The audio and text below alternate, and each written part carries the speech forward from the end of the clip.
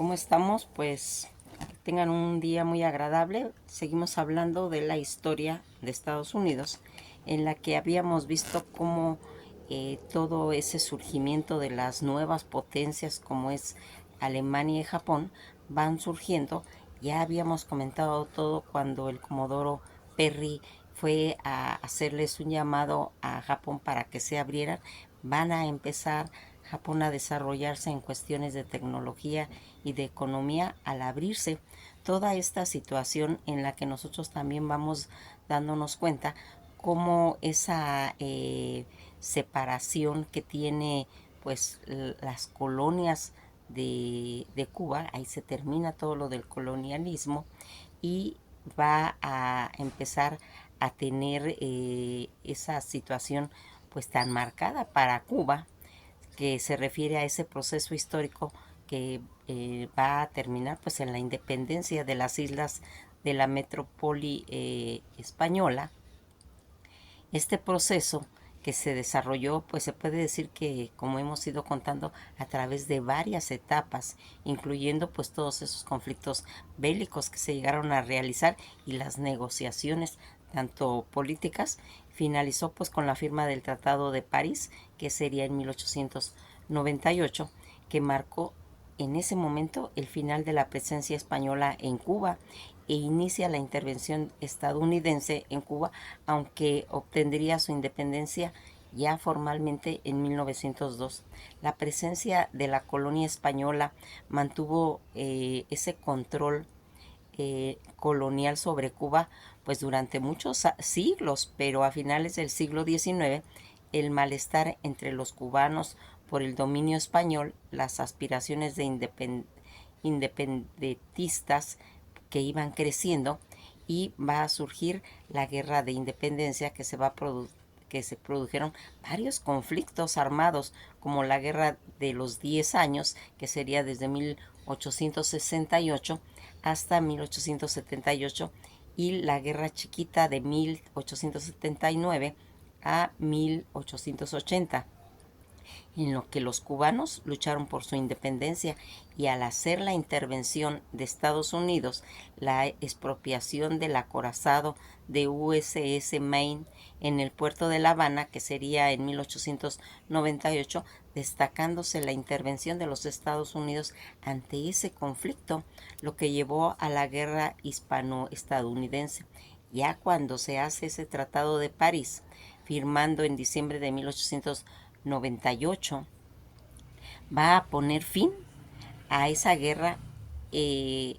formalizando ya totalmente la independencia de Cuba, aunque bajo la supervisión de los Estados Unidos, que impuso el Miranda Plan para restringir pues todo lo que sería la soberanía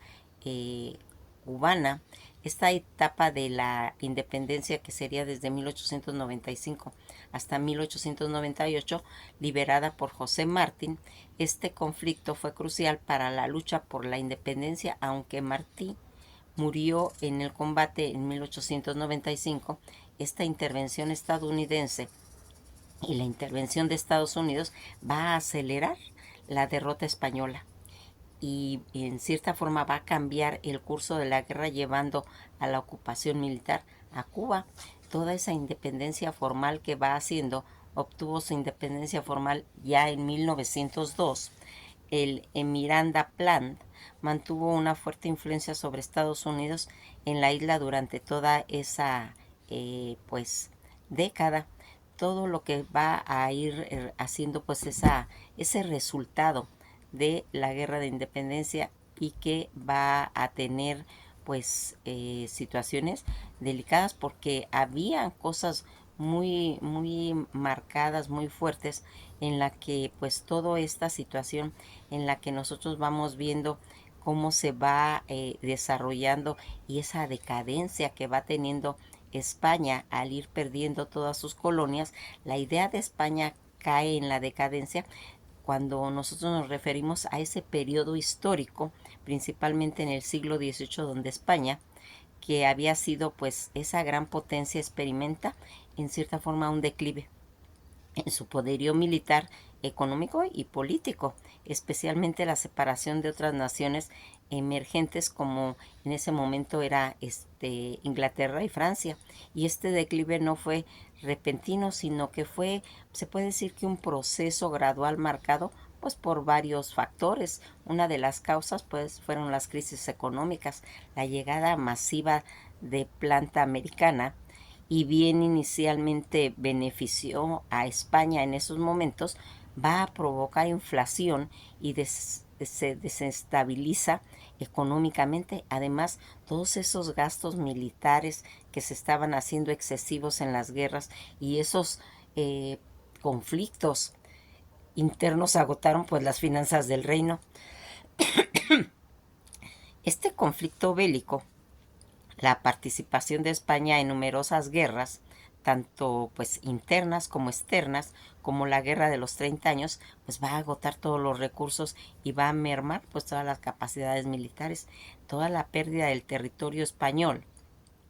que va a ir perdiendo gradualmente sus posesiones coloniales, que afectó en su poderío de los recursos económicos y todos esos factores demográficos.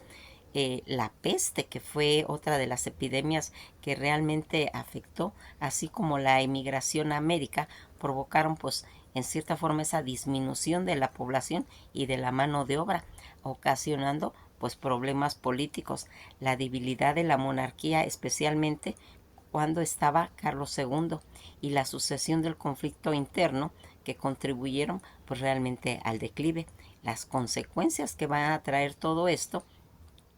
va a ser la reducción de poder y de influencia. España perdió su posición como potencia hemogénica en Europa y en el mundo, haciendo un estancamiento económico español que no logró recuperarse pues de esa crisis y quedó relajada respecto a las naciones europeas. Cambio en cuestión de que se necesitaba un equilibrio de poder. Otra potencia como Francia e Inglaterra emergieron como nuevas potencias dominantes. Es importante notar todo este concepto de decadencia que es debatido por los historiadores, y que algunos argumentan que fue un declive, se puede decir que relativo, ya que otras potencias simplemente estaban ascendiendo, como era Alemania y Japón. A pesar de la decadencia de España, tuvo momentos pues de mucho auge, recuperación, como en el siglo de oro con el reinado de Carlos II. España logró recuperar parcialmente en el siglo XX, experimentándose como una forma de milagro económico y alcanzando un alto nivel en el desarrollo. La idea de España en la década se refiere a ese periodo histórico que, como hemos ido haciendo, contando ese declive económico, político y militar, fue un proceso uniforme e irreverente. Aquí vamos a ver cómo repercute todas estas situaciones geopolíticas en el mundo cuando se va a hacer toda esta situación. Habíamos estado hablando de lo que se estaba manejando ya en el siglo XX, lo del Canal de Panamá, y que va a tener una intervención pues se puede decir oportuna, porque Panamá pues sentía que no le hacían caso a todas sus peticiones, y Colombia, que en ese momento era Colombia y Panamá estaban juntos, trataban de proteger pues su integridad. Estados Unidos pues estaba en cierta forma diciendo que le retrasaban todos esos trámites, y aquí va a empezarse a hacer toda una combinación en la que Estados Unidos va a hacer uno de los planes que en esa época de guerra siempre se ocupa, el apoyo a los pueblos que están en rebeliones. Eso habíamos comentado que ya se había hecho desde se estaba llevando a cabo en el Oriente Medio, en la península arábica, en la que tanto las pequeñas emiratos como Qatar y toda esta situación en la que ellos van a tener pues una intervención de ayuda, van a ofrecerle a Panamá esa ayuda. proponiéndole la independencia de Panamá para hacer esa innovación entre lo que sería Colombia, y Estados Unidos va a apoyar. Aquí se va a iniciar una guerra, la guerra de los 100 días, que se refiere a dos periodos históricos diferentes: la ofensiva aliada final de la Primera Guerra Mundial y el breve regreso de Napoleón al poder en Francia. Esta situación en la que todas estas situaciones que se van a ir haciendo aliados liberados por la Gran Bretaña, Francia y Estados Unidos, que van a ir, se puede decir, rompiendo las líneas alemanas, y que van a hacer. Cuando hablamos de ese regreso de Napoleón, se refiere al regreso de Napoleón Bonaparte a Francia desde su exilio de las Islas de Alba el 20 de marzo de 1815 y posteriormente derrotado en la batalla de Waterloo, que sería el 18 de junio del mismo año, durante las que se va a ir viendo pues toda esta situación, y que habla pues de esa importante situación que marca pues los datos importantes que habían pasado en el mundo y que siempre habían estado pues integrado, porque cuando estamos hablando de esta guerra de 100 años que más adelante se va a llevar cuando se inicie la Primera Guerra Mundial, pero también estamos hablando de esa intervención, de ese breve regreso que había tenido Napoleón en Francia, para que nos demos una imagen de todos esos conflictos que se habían estado ocurriendo y que en determinado momento van a hablar cuando nosotros vamos viendo toda esta situación en la que va a tener pues una, se puede decir, esos tratados que van a tener esa importancia para en determinado momento hacer la convención del canal a través del istmo y el convenio del canal ísmico, que fue lo que habíamos comentado, ese acuerdo internacional celebrado entre el gobierno de Panamá y los Estados Unidos para la construcción de Panamá. Toda esta situación en la que es tan importante ese tratado que fue firmado el 18 de noviembre de 1903 por Félix Banau Varilla, que fue el representante del gobierno de Panamá, y de John Milton Hay, representante de los Estados Unidos, pocos días después de la separación que había tenido ya de Panamá de Colombia. Dicho tratado, además de lograr pues objetivos, contenían cláusulas que en la práctica colocaban a Panamá bajo la protección estadounidense, para en cierta forma garantizar su separación y evitar acciones militares tanto de Colombia como una respuesta a la secesión. Además, que esto permitió que se estableciera el dominio de los estadounidenses sobre la franja de 16 kilómetros, lo que serían pues unas 10 millas de ancho, sobre lo que pasaría al Canal de Panamá, y que fue llamada la zona del Canal de Panamá. Este tratado, que tuvo esa vigencia desde el 1 de octubre de 1979, ya más adelante, como hemos comentado, y que ha entrado en vigor en los tratados de Torrijos-Carter, en los que se puso fin a la presencia administrativa estadounidense del Canal de Panamá en la actualidad. Toda esta situación que vino a tener, se puede decir, un peso para poder pues lograr establecer pues todas esas garantías que van a ir dándole, en el que, fíjense aquí, José Manuel Marroquín va a tener pues una importancia en lo que va a marcar esa trayectoria. Este personaje, que era un escritor estadística, presidente de la República de Colombia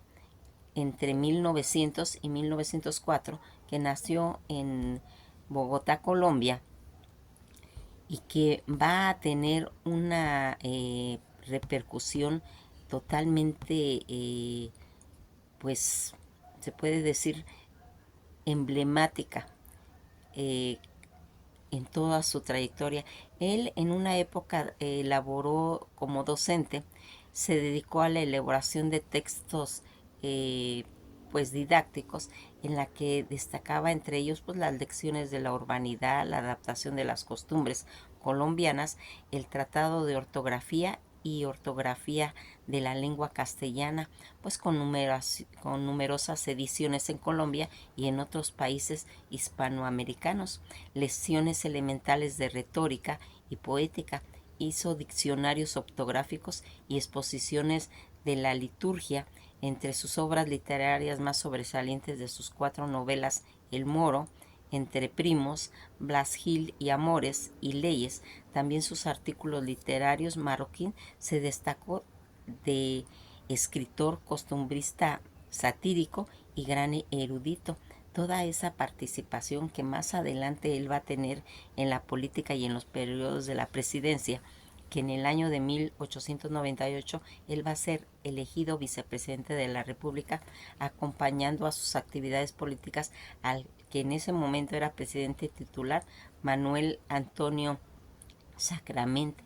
Él le correspondió gobernar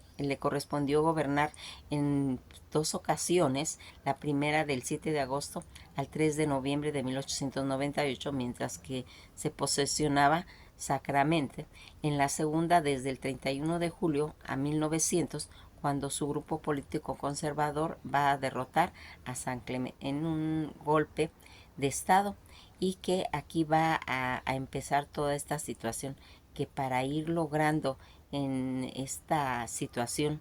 en la que nosotros vamos viendo cómo en la guerra de los 1000 días se va a desarrollar pues situaciones ya que ayudarían eh, pues a todo lo que estaba involucrado eh, con los conceptos de independencia, ese conflicto que tenía, eh, el conflicto social que tenía de Colombia, disputándose desde el día 17 de octubre de 1899 hasta el 21 de noviembre de 1902, y esa inconformidad en la que aquí era algo político y resultante anterior de la política de generaciones apoyadas por el Partido de las Naciones, movimientos inicialmente encabezado por Rafael Núñez y conformado por los conservadores liberales moderados. Muchos políticos liberales radicales y conservadores rechazaron medidas que consideraban en cierta forma, se puede decir que exageradas por parte del gobierno. Además de los radicales del Partido Liberal, buscaban formas de llegar al gobierno, revertir los cambios de la regeneración por nacionalistas, que tenía el control sobre el gobierno, y sus manos disponían pues en cierta forma estrategias a favor de los que se podrían restringir la acción, entre otros políticos, y toda esta situación. Fíjense en que esta guerra va a tener esta, pues se puede decir que presencia del gobierno del presidente Manuel Antonio Sacrament, que fue derrotado el día 31 de julio del 900 por José Manuel Marroquín Ricaurte, representante del Partido Conservador, y que va a ir haciendo esa alianza con el liberal Arquelao Parra para partir entonces. Y a pesar de dichas alianzas y de todos estos conservadores históricos, esta guerra se va a caracterizar por ese enfrentamiento irregular tanto en los ejércitos gubernamentales bien organizados y los ejércitos liberales mal entrenados y anárquicos. Este tratado, que es un conflicto internacional que se extendió especialmente en los países vecinos tanto de Ecuador y Venezuela, en los cuales se liberó batallas entre las fuerzas colombianas, ecuatorianas y venezolanas, que apoyaron los factores entre el conflicto. Aquí van a empezar a manejarse pues otras naciones como Guatemala, El Salvador, Nicaragua, que van a apoyar a los liberales y a los conservadores, y todo este conflicto de armamento y suministro en las que Estados Unidos, como habíamos dicho, de que apoyaba a los pueblos que estaban en rebeliones, Estados Unidos va a intervenir en acciones bélicas en Panamá, donde una flota norteamericana, USS Nashville PG-7, va a garantizar la seguridad en lo que correspondía a lo que era el istmo desde el Tratado de Mayarino Bridac en 1846. Este conflicto, que tuvo como un resultado la devastación económica de las naciones, de más de 100,000 muertos, la desaparición del Partido Nacional del Estado en el que quedó el país tras el conflicto, y las consecuencias sociales que de pronto dieron pie para la posterior separación de Panamá, en la que entonces era uno de los departamentos de Colombia. En noviembre de 1903, el número de bajas y tamaño de las fuerzas que surgieron, por ser consideradas, se puede decir, que la mayor guerra civil de la historia de Colombia, sin incluir la violencia de mediados del siglo XX y posteriormente conflictos internos, en las cuales no solo se consideraban como guerras civiles propias, sino que tenían esa fuerza geopolítica, en la que pues toda esta guerra que estalló de los 1000 días, en la que se precipitó por la causa del conflicto, no resultó en las nacientes democracias colombianas, que venían acumulándose desde un momento en cuestiones ya de lo que sería más adelante su independencia. Toda esta situación, porque apenas eran naciones en las que se puede decir que estaban pues surgiendo, y que vamos a ir viendo cómo aquí va a tener un papel muy importante en la política que la iniciaría Theodore Roosevelt, que se refiere a ese enfoque diplomático militar que caracterizó el uso de la fuerza y la amenaza de fuerzas para lograr los objetivos políticos exteriores de Estados Unidos, y la frase que ellos decían: habla suavemente y lleva un garrote, en la cual nosotros lo conocemos ahora como el Gran Garrote. Toda esta situación, que llegaría muy lejos, en resumen, eran las estrategias donde la diplomacia se combinaba con la preparación para la acción diplomática. En esencia, el Gran Garrote, que implicaba negociaciones y diplomacia, que era uno de los conceptos que Roosevelt creía de gran importancia en la comunicación y en la negociación pacífica. La fuerza militar, sin embargo, también creía en la diplomacia, que se debía estar respaldada por la fuerza, presencia militar lista para actuar si fuera necesario. Toda esta intervención latinoamericana y esta política del Gran Garrote se aplicó principalmente en América Latina, donde Estados Unidos se veía a sí mismo como una potencia protectora, interviniendo en asuntos internos para mantener y estabilizar y proteger los intereses estadounidenses. Se puede decir que uno de los ejemplos notables de la aplicación de la política del Gran Garrote fue la construcción del Canal de Panamá, donde Roosevelt utilizó la influencia estadounidense para asegurar la independencia de Panamá de Colombia, permitiendo la construcción del canal. Toda esta política del Gran Garrote fue controvertida y de género criticado, pues tanto dentro y como fue tanto dentro de Estados Unidos y fuera, así como también fue vista como una forma efectiva de proteger los intereses estadounidenses en el hemisferio occidental y más allá. Toda esta situación, en la que ya había quedado muy claro cuando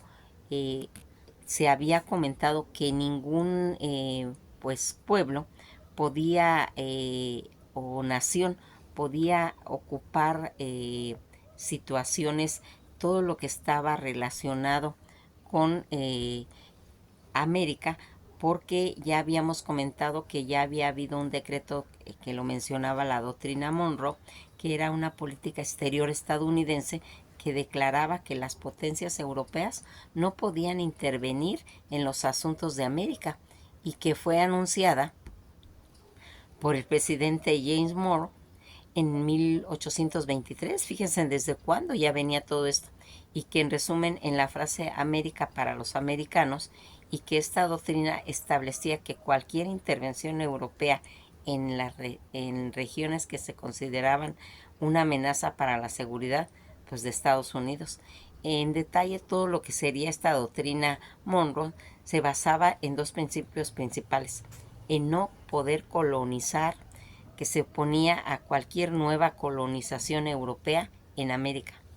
En dos, la intervención se oponía a la intervención de las potencias europeas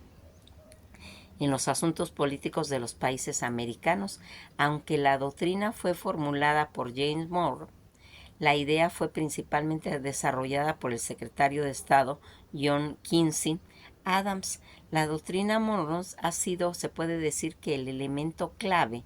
de la política exterior de Estados Unidos, y que ha hecho esa influencia en la relación de este país en América Latina a lo largo de la historia, y que va a ir haciendo cuando nosotros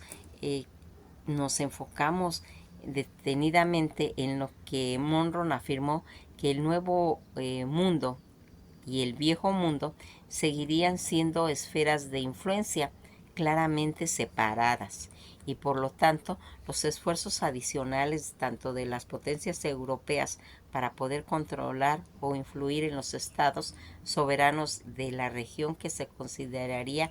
en cierta forma como que si fuera una amenaza para la seguridad de Estados Unidos, y a su vez Estados Unidos reconocería y no interferiría en las colonias europeas existentes ya, ni se entrometería en los asuntos internos de los países europeos. Como Estados Unidos carecía de una armada naval y de un ejército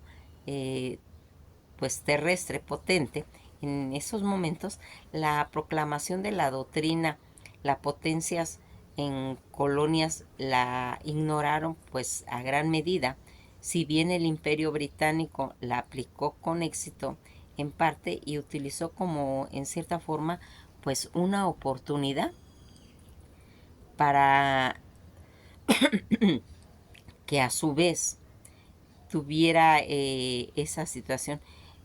Todo lo que esta situación de este imperio británico, que va a utilizar la oportunidad para hacer cumplir su propia política de Pax Britannic, la doctrina quedó pues varias veces a lo largo del siglo XIX, y la intervención de la segunda intervención francesa en México.